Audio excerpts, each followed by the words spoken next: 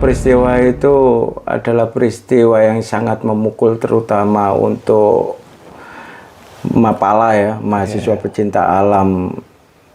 Itu sangat memukul sekali untuk Mapala di Surabaya. Karena Stesia itu letaknya di Surabaya dan itu ya secara apa ya emosional ya itu adalah adik-adik kita ya waktu itu.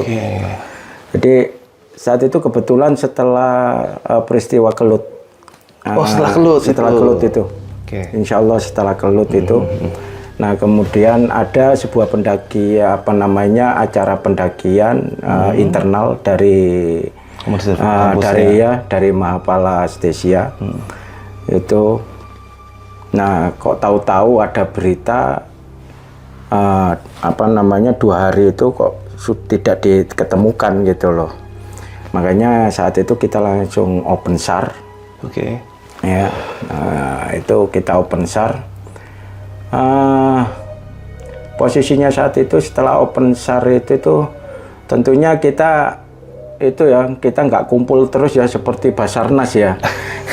Kita udah aktivitas macam-macam, tapi karena berita itu tuh memang betul-betul heboh dan itu menyangkut ya itu memicu emosional kita ya, rasa emosional kita karena kita anggap saudara sendiri itu adik kita sendiri ya itulah. Nah, jadi akhirnya ya kita berangkat. Nah tentunya bagi saya langsung berangkat ke Stesia, ke sekretariat Mapala di sana. Nah dari sana barulah ada informasi-informasi tentang pencarian itu. Nah terutama sebenarnya pencariannya itu fokusnya itu di Lembah Lengkean. Lembah Lengkean itu letaknya itu di antara Kembar 1 dan Kembar 2. Iya. Itu jalur yang paling enak untuk nyampe ke sana itu ya dari Sumber Brantas, dari Cangar itu. Itu paling enak, itu paling cepat, paling enak. Nah, tapi setelah saya nyampe di sekretariat di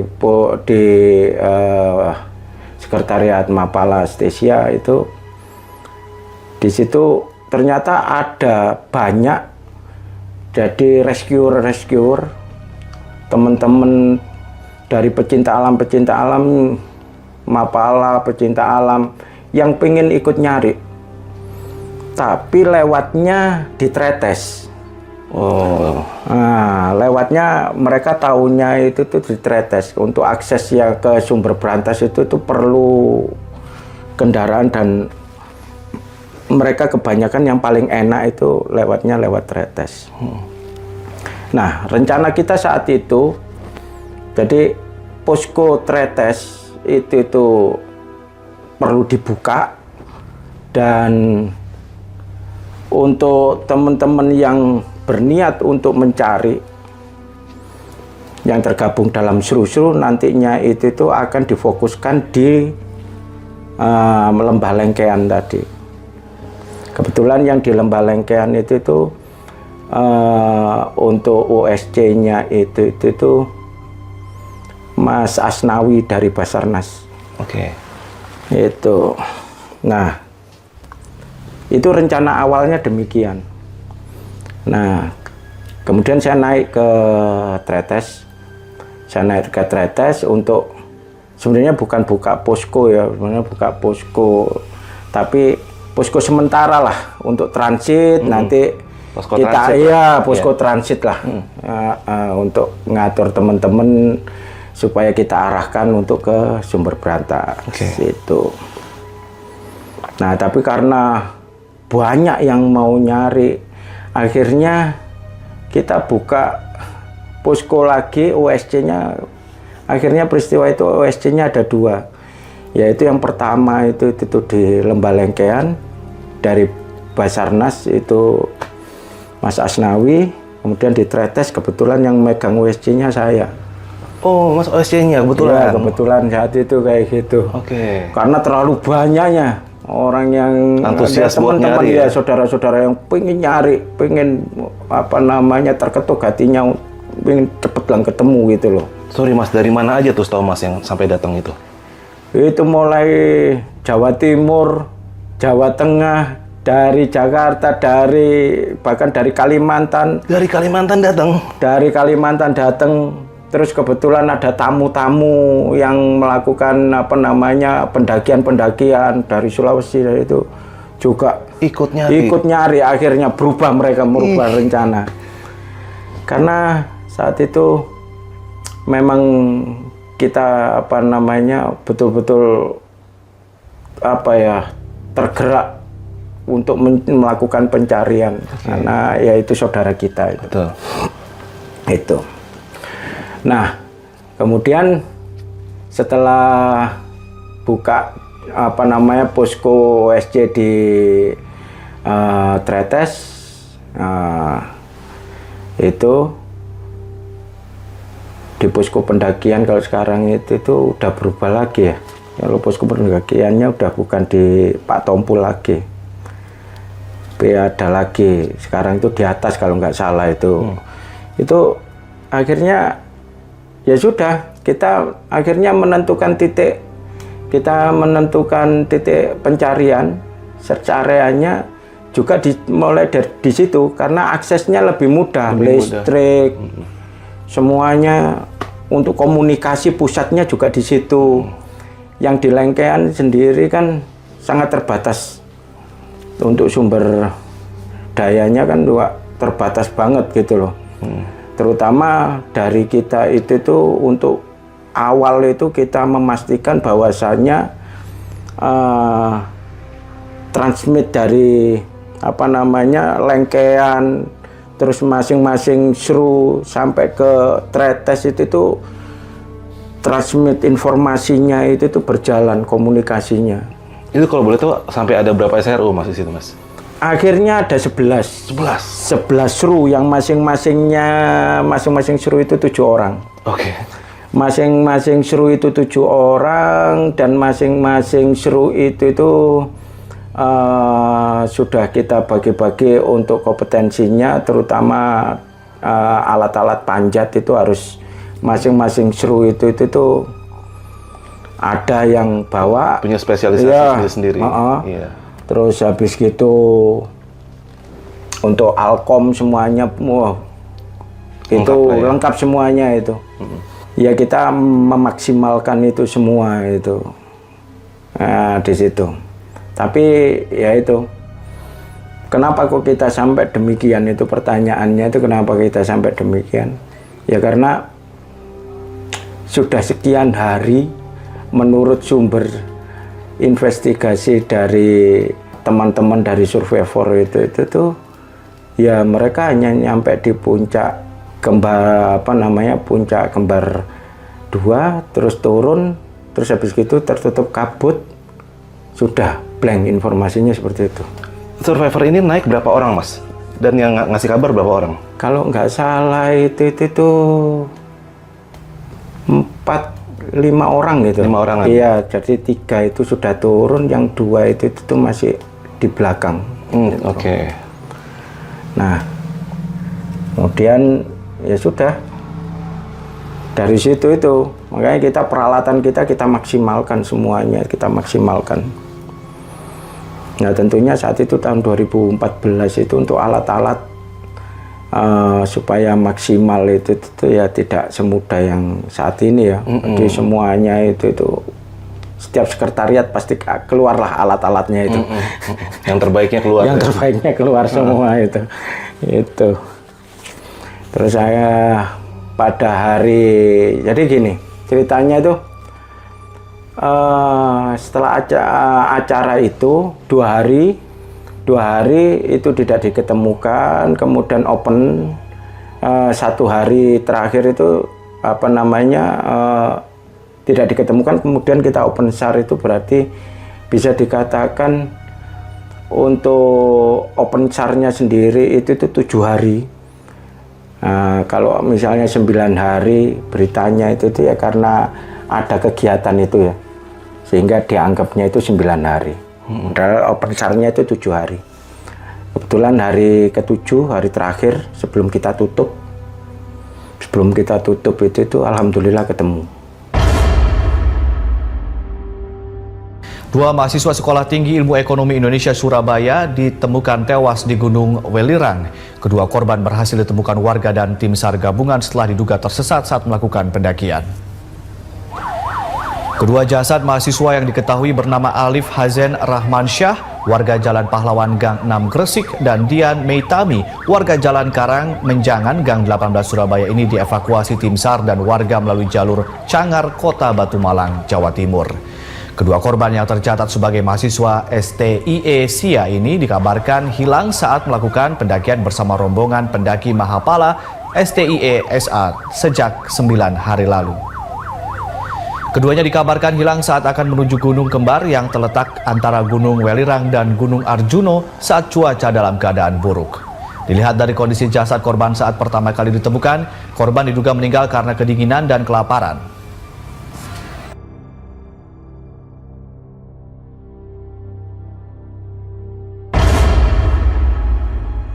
Sekitar jam 1 siang itu ketemu. Yang akhirnya Diketemukannya gimana nih? Posisinya mereka tetap bersama atau terpisah. terpisah? Ya, menurut informasinya terpisah sekitar ya 30 meteran. Oke. Iya, tidak jauh juga, tapi karena tertutup alang-alang, tidak kelihatan akhirnya. Itu sampai 7 hari apa nggak bau, Mas? Itu apa gimana? Apa nggak kecium? Nah itu, cuaca di sana saat itu mulai hari pertama sampai hari ke-7 itu kabut, hujan, badai, terus tidak ada berhentinya. Jadi berhentinya itu malah kalau malam. Sedangkan untuk pencarian malam itu sangat tidak memungkinkan karena itu pasti akan membahayakan rescuer, tim pencarinya. Jadi kita tidak merekom bahwasanya dari posko tidak merekom diadakan pencarian pada malam hari. Itu Resikonya terlalu besar. resikonya terlalu besar dan medan juga sangat tidak memungkinkan gitu loh. Jadi setiap pagi terus hujan badai. Yang terang itu hanya hari ke-7 itu. Selama pencarian cuaca begitu terus. Sehingga strategi yang sudah kita sepakati untuk pencarian, misalnya berbanjar lurus ke depan sampai jaring laba-laba waktu itu istilahnya itu tuh tidak terjadi. Karena ya itu faktor alam, kondisi alam yang tidak memungkinkan itu. Itu. Dan mereka ini bisa terpisahnya kenapa tuh, Mas? Kalau dari rekan-rekan survivor itu katanya. Jadi yang Mas Alif, ya, almarhum Mas Alif itu tuh insya Allah seniornya. Sedangkan almarhumah Mbak Diannya itu junior. Oke. Jadi kemungkinan analisa kita itu Mbak Dian itu ada kendala. Entah itu apa accident seperti apa sehingga didampingi oleh senior. Entah cedera ya. Iya. Nah, enggak taunya ya dua-duanya akhirnya kan kayak gitu. Jadi yang timnya yang lain, teman-temannya yang lain suruh turun dulu, sudah nyampe di sudah nyampe di posko, udah nyampe di tenda, kok nggak kembali ini yang dua itu ceritanya.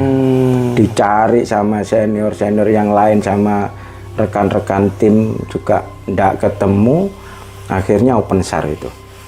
Itu diketemukannya dari jalur pencarian itu di mananya, Mas? Kok bisa sampai seminggu gitu? Ini kan lama seminggu loh. Itu ketemunya jauh dari jalur atau seperti apa? Ya sebenarnya kalau jauhnya sih enggak, cuman kondisinya di lapangan itu tertutup itu alang-alang itu tinggi. Oke. Jadi ya kemungkinannya saat terjadi eksiden mereka berusaha untuk merangkak itu ya, sehingga di luar jalur. Dalam gitu. kondisi saat itu kita sendiri aja untuk mencari itu jarak 2 meter aja udah nggak kelihatan kita itu. Oh, pekat sekali. Pekat sekali kabutnya. Pekat sekali. Jadi ya kita pinter-pinternya kita aja untuk saling komunikasi dengan sebelah atau kayak gimana ya untuk kita berniat untuk memaksimalkan pencarian itu dengan teknik yang sudah ya apa namanya sudah dilatih itu. Tapi nggak memungkinkan juga gitu loh. Pasti lost gitu loh. Dan di saat diketemukannya itu analisanya gimana? Mereka ini dari faktor logistiknya sudah habiskah atau gimana, atau karena hipo atau gimana? Enggak. Jadi itu kalau menurut saksinya, kalau menurut saksi saat itu pagi itu cerah. Sebelum mereka itu pagi itu cerah, mereka naik akhirnya. Nah, memang untuk di puncak Kembar 1, Kembar 2 itu memang view kalau cerah itu bagus banget. Iya. Benar-benar recommended lah untuk pendaki-pendaki itu. Bagus banget. Nah, cuman karena di saat itu waktu itu kabut ya, dan badai tiba-tiba kemungkinan di situ, sehingga mereka sehingga mereka itu mungkin yang almarhumnya ini ada accident, 3 disuruh turun dulu, nah, itu ada yang mendampingi seniornya itu.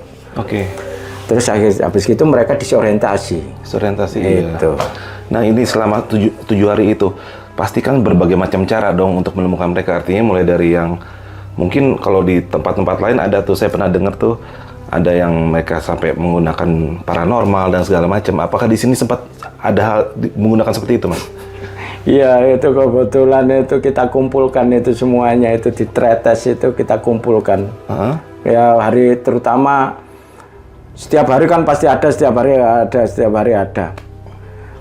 Tapi saat itu kita sepakati bahwasannya siapapun paranormalnya, kalau memang mereka itu menentukan titik lokasi survivor itu di sini, itu pasti akan kita ajak untuk naik. Kalau nggak mau ya berarti ini berita nggak valid. Oh gitu? Iya, harus kayak bener. gitu. Kalau nggak gitu kan orang gegabah banget. Terutama banyak juga itu yang kayak gitu-gitu itu yang mensyaratkan untuk nyembelih apalah ayam apalah gini-gini yang berarti keluarga korban. Itu. Jadi hal yang semacam itu adalah sebuah kejahatan dalam operasi SAR. Menurut kita deh, ya. Itu sebuah kejahatan bener itu. Karena bagaimanapun juga survivor itu keluarga korban ya, namanya udah korban sudah ya. menderita. Nah, jangan ditambah-tambahi dengan hal-hal yang demikian, yang beberapa pengalaman untuk operasi SAR itu nggak ada yang berhasil. Serius, gitu saya katakan ini nggak ada yang berhasil. Mau bakar apa, mau apa, jangankan kayak gitu. Kalau memang itu valid ya, kita nyembelih ibaratnya itu sapi, kita oke. Asal bener ketemu. Asal bener. Tapi kalau nggak bener gimana? Kan kayak gitu pertanyaannya ya. Iya, bener. Nggak bener terus kayak gimana? Lu ganti atau kayak gimana? Kayak gitu kan? Iya, kan kayak gitu. Dan itu maaf Mas, saya potong sedikit. Itu saat yang menemukan korban ini siapa dan kondisinya gimana kalau yang kata yang menemukan pertama ini? Yang menemukan kebetulan seniornya sendiri dari kampusnya. Dari Mapalanya sendiri, dan seniornya itu tuh memang betul-betul orang adventure dan saya kenal banget. Itu ya bisa dikatakan satu angkatan sama saya. Jadi seniornya itu tuh memang orang yang paling beruntung. Kalau menurut saya itu orang yang paling beruntung itu namanya Joglo itu. Namanya Joglo. Dia orang yang paling beruntung mahasiswa pecinta alam lah. Mapala itu orang paling beruntung karena dia tahun berapa itu ada Marlboro Adventure Team itu yang sampai ke Colorado itu dia satu. Yang berangkat dia. Oh, emang basicnya udah adventure Sudah sejati. adventure sejati dia itu. Iya. Tapi ya itu, saat itu memang ya mungkin ada apa ya. Nah ini, jadi kalau hal mistik atau hal yang lainnya itu, kalau hal yang seperti tadi itu aku nggak percaya ya, nggak percaya, sangat nggak percaya sekali. Tapi kalau ada ikatan, nah hierarki atau ikatan emosional, dari junior senior. nah Iya. itu mau keluarga, mau itu asal memang betul-betul ya. Benar. Ya insya Allah pasti akan diijabahi sama Gusti Allah dan akan ditunjukkan itu. Yang nemukan itu seniornya sendiri. Padahal itu jalur itu udahlah kita lewati ya sekitar 20, 30, 50 meter lah. Itu udahlah. Ya saya masuk akal nggak masuk akal, ya itulah yang terjadi. Gitu loh. Jadi itu yang menepiskan bahwasannya ya nun sewu untuk sarkun ya orang ngomong ya. Sarkun nih bahasa sorry bro, sardukun ya. Biar pada tahu. Ya. Sarkun itu sardukun itu nggak ada yang valid, apalagi bayangin, apalagi tahun-tahun sekarang ini orang udah pada senang makan nasi, ya toh nggak, jarang orang yang memang betul-betul bertirakat ya toh. Benar. Nah tapi kalau bantuan doa, bantuan support, support doa itu memang betul-betul kita harapkan sebagai tim SAR, memang kita membutuhkan itu. Tapi kalau sudah ada keputusan-keputusan yang irasional itu, nggak pakai lah ya. ya bukannya nggak kepake, cuman ya itu kita hanya menanyakan keseriusannya dia itu sampai di mana gitu loh. Kalau memang dia mau turun, ya nggak apa-apa, kita nanti dampingi gitu loh. Ini di sono nih, yaudah Ya, ayo, ayo, iya kan, mending kayak gitu kan, kayak Benar, gitu. benar. Nah, kebanyakan mereka nggak ada yang mau. Dan itu udah terbukti itu udah terbukti itu. Jadi apa ya? Ya kalau misalnya dikait-kaitkan di tembung gatuk itu ya gatuk matuk ya bisa-bisa aja, tapi kan ndak, kurang masuk ya, kurang masuk ya. Itu. Dan itu akhirnya jalur evakuasinya melalui jalur mana tuh Mas pas turunnya? Jalur evakuasi korban? Akhirnya tetap di Sumber Berantas. Sumber Berantas saja? Iya. Nah, itu unik itu. Waktu evakuasi, kita langsung ke evakuasi aja ya. Kita langsung ke evakuasi kok. Soalnya kalau misalnya kita cerita hari pertama open SAR sampai hari ke-7 open SAR itu bahkan mau ditutup itu apa yang bisa diceritakan kalau enggak terus habis gitu itu tuh hujan kabut, hujan badai, itu aja. Gitu-gitu ya sehari-hari. Gitu aja. Udah, kita enggak bisa ngapa-ngapain. Ampun. Iya, itulah alam ya. Apalagi Gunung Arjuna ya. Itu gunung lawas itu ibaratnya itu ya, memang mereka ya memang seperti itu, karakteristiknya seperti itu. Itu sih. Jadi ada yang unik itu waktu evakuasi itu. Jadi kita biasa nih untuk tim SAR itu kalau misalnya sudah ditemukan, nah kita pasti akan membentuk tim evakuasi, dan jalur evakuasi itu pasti kita amankan. Berarti mau saya potong, SAR sama tim search dan rescue ini berbeda ya, berarti ya? Sama. Yang nyari dan yang evakuasi beda dong. Berarti. Oh iya, Iya. iya. Nah, tapi saat ditemukan tim SAR juga termasuk tim rescue juga. Karena bagaimanapun juga jalur ini kan jalur ini kan panjang ya. Betul. Jalur ini kan itu membutuhkan waktu dan energi. Jadi kita pasti akan gantian lah untuk evakuasinya, estafet. Nah, makanya bila ada informasi dari TKP-nya itu sudah diketemukan dengan sandi ya, dengan berbagai macam sandi yang sudah disepakati, ya sudah, yang ini evakuasi, udah supaya jenazah itu apa namanya ditempatkan biar enak bawanya untuk menyiapkan tandu atau apa itu. Nah, kemudian yang di bawah itu menyiapkan jalur evakuasinya untuk bergantian. Nah, itu. Nah, di situ ada lucunya, uniknya itu di situ itu. Nah, tahunya itu di tengah jalan itu survivor ini tidak melalui jalur tidak melalui jalur yang sudah disepakati, yang sudah disediakan. Nggak tahu itu timnya dari mana, kok tahu-tahu masuk ke ambulan yang lain. Sampai itu terjadi itu kejar-kejaran itu. Setelah kok nggak nyampe nih, akhirnya sudah disusul, akhirnya pindah ambulan. Sampai disusul? Sampai disusul. Itu ya Allah itu. Isi kepala orang beda-beda ya? Ya itulah, nggak tahu juga itu gimana itu, motifnya apa juga, dah itu terserah itu. Tapi itu adalah peristiwa yang unik saat itu terjadi itu, yang akhirnya dua survivor ini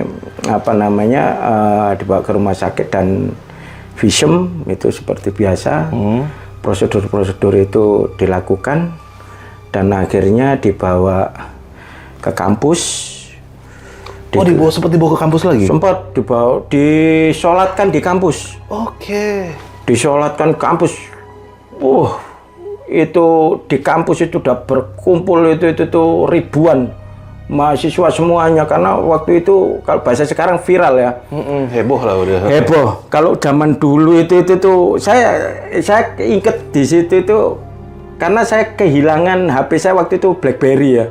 Masih zaman hilang, BlackBerry. iya. Jadi saya sempat nadar waktu itu, bapak BlackBerry ku hilang, yang penting adikku ketemu. Nah, Livdian itu ketemu. Gitu. Saat itu kayak gitu, aku udah nggak ngurus. Itu waktu di posko Tretes itu hilang itu. Aku entah, nggak tahu itu kemana itu. Waktu itu BlackBerry itu masih belum ada Android ini, masih BlackBerry itu. Itu di acara di kampus, itu disolatkan, baru dibawa ke rumah duka masing-masing dan disambut oleh rektor. Itu ada upacara lah itu di sana, di kampusnya. Nah, besar-besaran ya berarti ya. Ya, itu membuktikan bahwasanya kampusnya itu ikut peduli lah. Iya, ikut peduli terhadap mahasiswanya. Iya. Jadi mahasiswa itu bukan hanya untuk membayar hanya sebatas itu, tapi memang betul-betul ada hubungan. Itu di situ.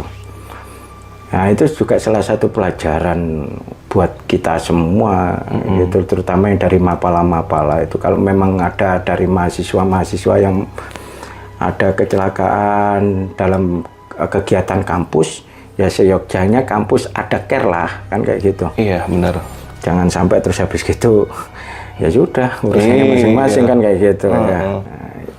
Oh, berarti sampai disolatkan di kampus dan masing-masing diantar ke keluarganya lagi ya? Betul. Diantar, diiringi? Iya, masing-masing disertai dosen dan mahasiswa itu.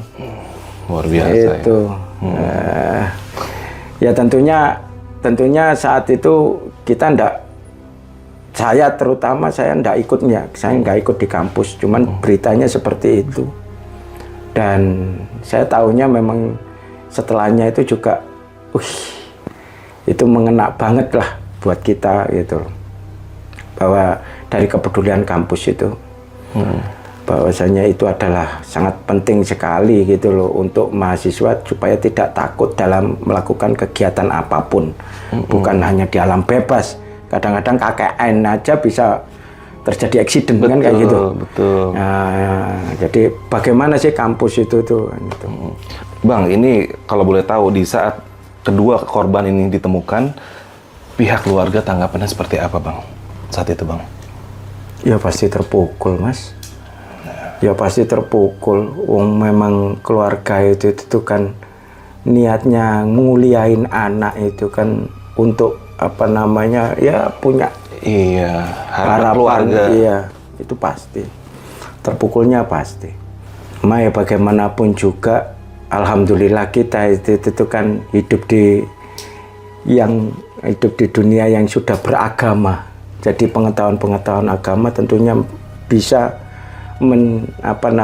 menetralisir ataupun meredam, menenangkan Iya. itu agama apapun. Betul. Jadi yang jelas pasti terpukul. Dan alhamdulillahnya lagi itu tuh dari untuk kejadian Stasia itu dari senior mapalanya sendiri itu kan hubungan kekeluargaannya kita kuat. Erat sekali. Ya. Erat sekali, bukan hanya hubungan friend to friend, tapi dengan keluarganya pun pasti kan ada yang dekat kan kayak gitu. Sempat main ke rumah. Lah kayak gitu. Iya. Nah, itu ya alhamdulillah lah. Semuanya itu menerima apapun kejadiannya. Akhirnya bisa menerima ya. Ikhlas lah ya, ya. Itulah kodok kodarnya Gusti Allah itu ya memang harus diterima lah, mau gimana lagi. Ada takdir ya. Iya. Jadi ya itulah makanya buat yang muda-muda itu tuh jangan merasa kamu hidup sendiri. Ingat hidupmu itu tuh di antara orang-orang yang mencintai kamu kan kayak gitu. Betul. Jadi lu nggak hidup sendirian kan kayak gitu. Iya. Di sekitarmu itu orang-orang yang mencintaimu dan orang yang care sama kamu. Apalagi kita di dalam hobi yang memang naik gunung ya kan. Iya, Dimana hobi kita adventure. Iya, hidup dan mati itu. Ibaratnya Katakan kontrak lah. Nah, kayak gitu. Ya gimana ya? Kalau orang udah feel-nya itu di adventure, feel-nya itu sudah di adventure, terutama ya orang-orang pecinta alam itu ya. Sebenarnya ada satu pertanyaan yang bisa dikatakan itu hampir sulit dijawab beberapa tahun itu. Sebenarnya lu mau jadi apa sih ikut-ikut pecinta alam kayak gitu loh. Masuk hutan. Ya keluar masuk hutan, lu belajar baca peta kompas, lu belajar climbing, lu belajar rafting, lu belajar ya orat kayak gitu. Lu benernya mau jadi apa sih gitu ya? Ya itu banyak orang yang nggak bisa jawab. Tapi di sini tak bocorin aja ya. Sebenarnya kalau misalnya kamu belajar kayak gitu-gitu, kalau memang kamu senang belajar kayak gitu-gitu, sebenarnya kamu dididik untuk menjadi relawan. Gitu ya? Iya. Lu akan dididik tanpa sadar kamu dididik menjadi relawan. Karena di dalam relawan itu semua ilmumu akan terpakai. Kita punya kemampuan yang dibutuhkan di sana. Betul. Jadi ibaratnya kalau misalnya relawan itu dalam bencana itu orang keluar dari tempat bencana, dievakuasi, kita malah masuk untuk mengevakuasi. Nah itulah tugas-tugasnya orang-orang yang mempunyai skill-skill yang terlatih seperti ilmu kita itu. kepakai di situ. Ilmu itu terpakai, betul. Itu sih. Dan yang saya dengar Mas, ini apa benar dari kejadian ini nih jadi cikal bakal banyaknya terbentuk kayak tim-tim yang tadi Oh iya, betul itu. Jadi awal terbentuknya SAR Surabaya. Iya. SAR Surabaya. Sarsu kalau orang bilang Sarsusu. Sarsusu. Iya. Oke. Sarasu itu. SAR Surabaya itu ya saat itu kita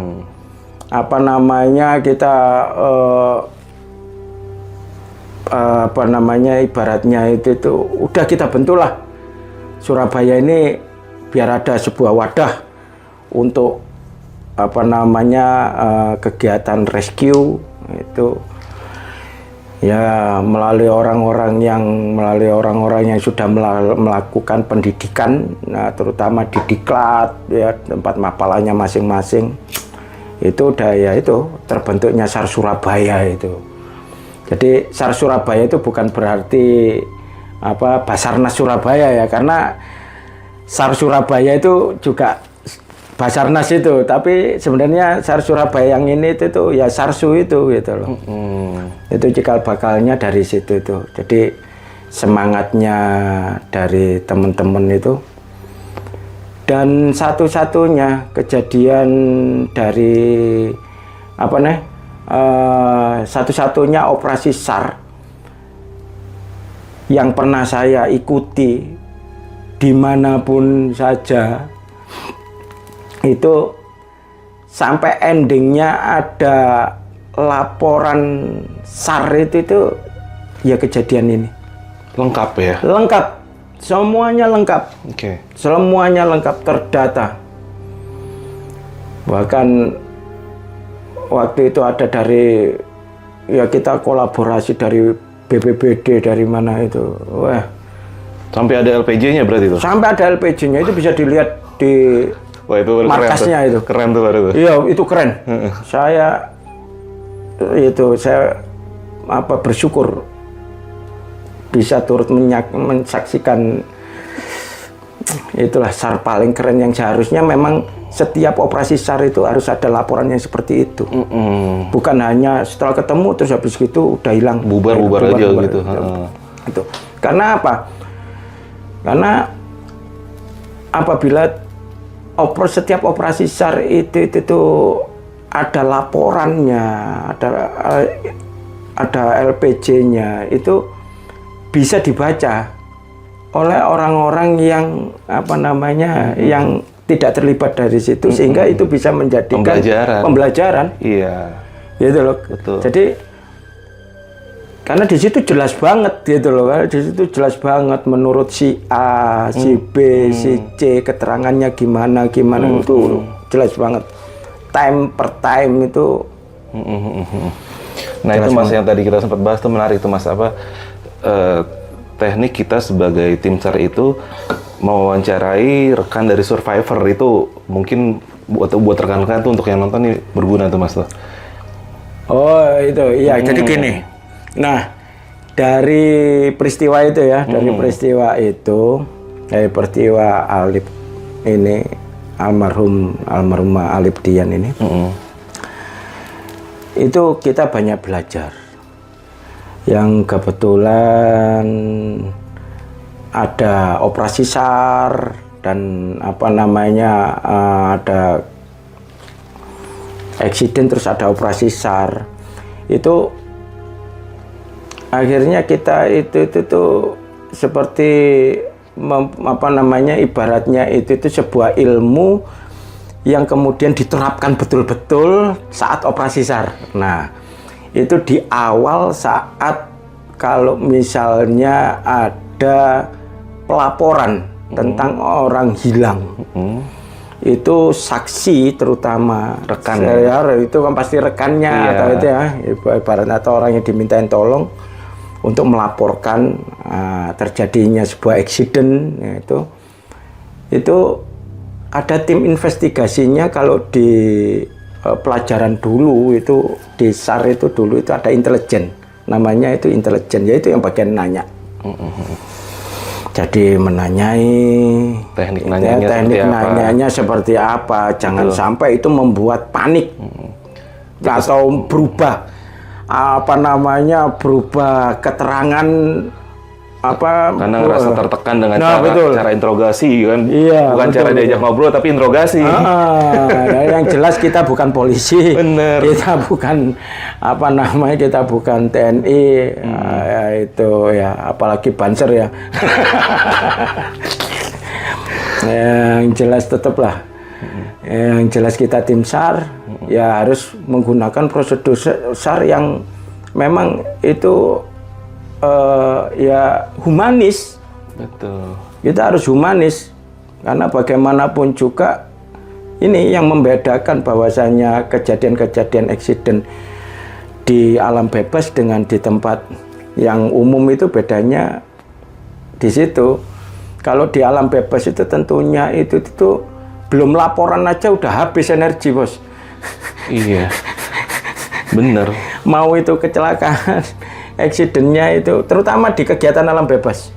Mau itu di arung jeram, mau itu di hacking, mountaineering, mau itu di climbing, itu pasti itu mau laporan aja sudah membutuhkan energi, mental.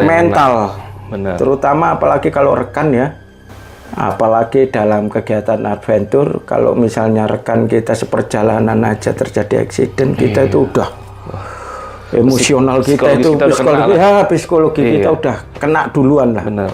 Makanya setelah turun laporan, ya hanya sekedar laporan, enggak apa-apa, baru open SAR. Nah setelah itu petugas yang tanya itu, yang investigasi itu tuh, ya harusnya humanly. Jadi ya, jangan membuat mereka merasa tertekan, ya. Betul. Takutnya mereka kan merasa, oh ntar gue jadi malah tersangka nih, malah apa. Jadi kan begitu. Iya. Malah harusnya ngomong A jadinya B, nyari Ya, aman. Akhirnya ngaco semua tuh. Ngaco semua. Kebanyakan kayak gitu. Iya. Sehingga banyak beberapa kali operasi SAR itu banyak search area kita itu yang menceng, yang tidak sesuai dengan tidak sesuai dengan apa ya, kenyataan waktu ditemukan itu banyak melenceng ya, karena begitu dari investigasi dari awal itu sudah Salah caranya. salah itu, walaupun lah dikasih minum dulu, makan dulu ini. Ya, nggak bisa kayak gitu lah ya, harus ada pendekatan. Kalau kita orang-orang pecinta alam ya pendekatan kita ya sudah, kita pendekatan pecinta alam aja, nggak perlu terburu-buru. Jangan dikerubutin ya kan? Nah, jangan dikerubutin. Nah, ibaratnya kayak gitu. Kecuali kalau memang accident-nya di sana itu yang membutuhkan evakuasi cepat ya. dan nyawa masih ada. Benar. Tapi kalau sudah hilang, loss, ini nih satu yang aku mau pengen ngomong itu gini, Mas. Banyak orang itu mendaki itu terjadi orang hilang ya, bukan accident loh ya. Kita tidak bisa ngomongkan bahwasanya ini accident dulu, tapi laporan orang hilang di atas gunung itu, apalagi kalau satu tim itu, karena mental personalnya itu kalau mental personalnya itu ingin menunjukkan sesuatu yang itu ndak perlu gitu, ndak penting gitu, mau show off lah. Nah, mau show off lah ya, seperti itu ndak penting. Karena apa, tujuan kita adventure itu bukan cari accident, tapi kita menikmati alam. Itu kita mensyukuri apa yang tidak pernah kita lihat. Nah itu kita merasakan udara yang bersih ya. Cukup itu saja gitu loh. Kita nggak perlu membuktikan bahwasanya kita kuat jalan cepat dan kita tahu jalur pernah gitu. Karena accident itu banyak kan terjadi kalau kita itu merasa sudah pernah, sehingga aku duluan ya, nanti ketemu di titik ini ya gitu. Bener. Tahu-tahu yang di belakang itu sudah nyampe ke titik ini, loh kok belum ada, dipikirnya terus lanjut sampai ke bawah. Setelah nyampe di bawah, akhirnya nggak ada juga. Ya itu akhirnya laporan orang hilang. Nah, jadi sering terjadi nih. Sering terjadi itu. Nah, akhirnya yang nanyanya, terus kemudian hubungannya dengan yang kedua, yang nanyanya itu gencor. Terakhir ketemu di mana ya? Tetap ketemunya saat janjian, gitu loh. Nanti itu ya, nanti di pos berapa gitu ya, pos bawah. Gitu. Nah, itu ke shelter ini, saya ketemu di sini, oke. Nah, ketemunya terakhir di situ gitu loh. Nah, di sini nggak ada, di sini nggak ada. Akhirnya kan areanya panjang, sampai ke posko bawah. Nah, karena sama-sama nggak tahu ini terjadi accident-nya di mana. Bener. Terus nanyainnya maksa lagi, woi tambah, susah lagi kan kayak gitu. Udah dari ini salah. Iya kan kayak gitu. Ya, kadang-kadang kan itu apa namanya ya cara ya. Ilmu psikologis. Ya itu. Intinya kalau sudah menghadapi apa ya, saksi atau teman korban atau teman-teman survivor itu ada yang melaporkan tentang kejadian A, B, C, D, itu ya jangan seperti investigasi kriminal lah ibaratnya. Ya kita lebih nyantai aja, beri waktu, beri ruang. Karena bagaimanapun juga bisa dipastikan bahwasanya kejadian yang semacam itu sampai hilang. Jujur aja, saya nggak ketemu hidup. Rata-rata meninggal. Iya, MD lah. Itu bahasa kita kan itu ya. Iya. Jadi nggak ada ibaratnya itu sungai jernih. Banyak kan sungai kering ibaratnya kayak gitu. Kalau botol kosong. Iya, botol kosong itu kayak gitu. Iya. Banyak kan ya seperti itu. Jadi kita nggak perlu nguber yang bagaimana kita nggak itu. Tapi yang jelas itu mending kita 1 jam 2 jam kita kehilangan untuk mendapatkan sebuah informasi yang valid, yang memang betul-betul bisa dinyatakan dalam keadaan sadar, dalam keadaan tidak tertekan, kan seperti itu. Nah Bang, ini untuk kasus-kasus pendaki hilang yang ibaratnya sudah